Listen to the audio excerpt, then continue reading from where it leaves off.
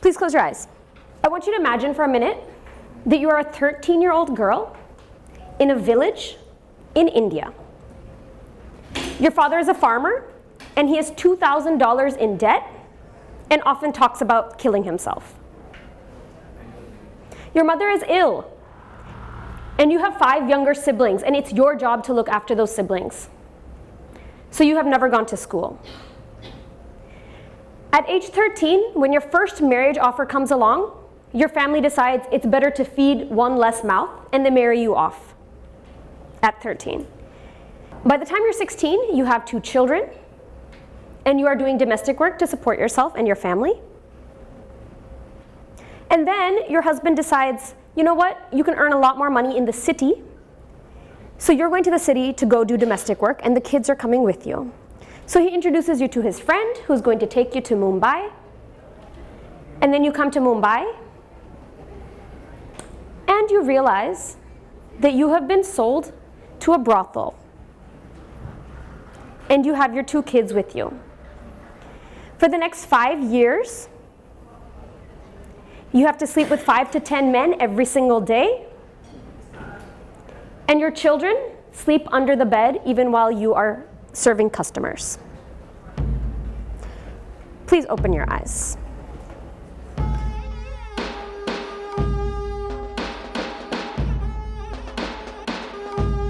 By the age of 18, you're incredibly ill. You don't know what's wrong. You go to the hospital, and your kids are ill as well.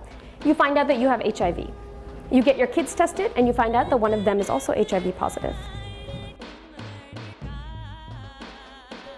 Basically, after a few months of not being able to afford your expenses, because even as a sex worker, you only make $150 a month, and your expenses are about $175 for your medicine and everything. Then an NGO comes along, somebody comes to speak to you from an NGO, and they say they will house and feed and clothe and educate your girls, but that child has to live away from you for probably the next 5 to 10 years. So I run that NGO. The name is Kranti. We work with teenage girls from Mumbai's red light areas. We have 18 girls currently, ages 12 to 21, and all of the girls are either survivors of trafficking, daughters of sex workers, or girls who have been trafficked, as well as girls who grew up, who are born and raised in Mumbai's red light areas. We have 4 hours of school a day that all of the girls are in before they go on to formal schools and other types of education. But basically our day starts with 20 minutes of yoga, 20 minutes of meditation, 20 minutes of journal writing, and sharing a gratitude note.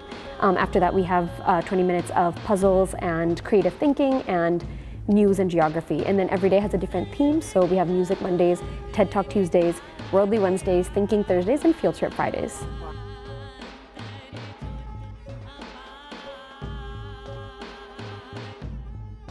Things are getting much, much better in this area. It used to be 20 years ago that obviously they'd end up as sex workers, but I think the past 15, 20 years there's been so many NGOs kind of working in the space and trying to get these girls into school so they're not as susceptible or vulnerable to being trafficked or to sex work or whatever. But what really plagues this area still is low expectations. There's this concept of what you're supposed to be striving for is to work as a tailor, to work at a restaurant, and there's no space for girls from this area who want to be astronauts or journalists or painters or dancers, and we really strive to create that space for them.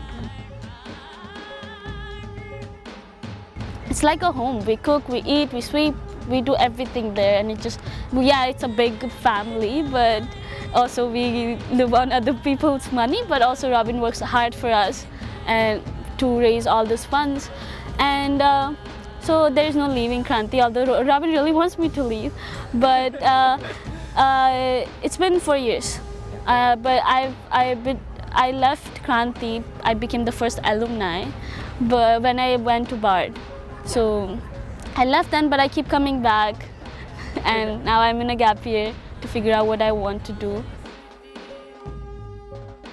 We just want our kids to be happy, right? And for all of these girls, I think when the mainstream system has shut you out, we really need to look at creating alternatives and not just, we're not banging on the door, please let us in. we're trying to create alternatives for the girls to be able to pursue what makes them happy. And rather than buying into this Indian concept of you need a good education so that you can have a good job and then a nice house and then a nice car and all of those things, because we don't necessarily know that those things make you happy. So let's cut this long journey and just get straight to happiness and pursue the things that you think give you happiness.